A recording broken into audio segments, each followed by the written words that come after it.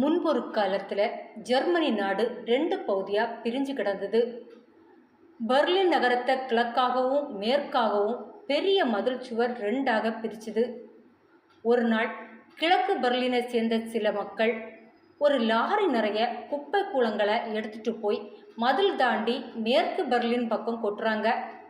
அவ்வளவு கோபம் அவங்களுக்கு. மேற்கு பெர்லினை சேர்ந்த மக்களும் அதே மாதிரி செய்திருக்கலாம். ஆனால் அவங்க அப்படி செய்யலை. அதுக்கு மாறா ஒரு லாரி நிறைய உணவுப் பொருட்கள், ரொட்டிகள், பால் பொருட்கள் மற்றும் மளிகை சாமான்களை கொண்டு வந்து மதில் தாண்டி இந்த கிழக்கு பெர்லின் பக்கம் அழகாக அடுக்கி வச்சுட்டு போகிறாங்க. மேலும் அதன் மீது இவ்வாறு எழுதியும் வைக்கிறாங்க. ஒவ்வொருவரும் தன்னிட்ட என்ன இருக்கிறதோ அதை கொடுப்பாங்க. எவ்வளவு நிதர்சனமான உண்மை! உங்கள்கிட்ட என்ன இருக்கிறதோ அதை தானே உங்களால் கொடுக்க முடியும்.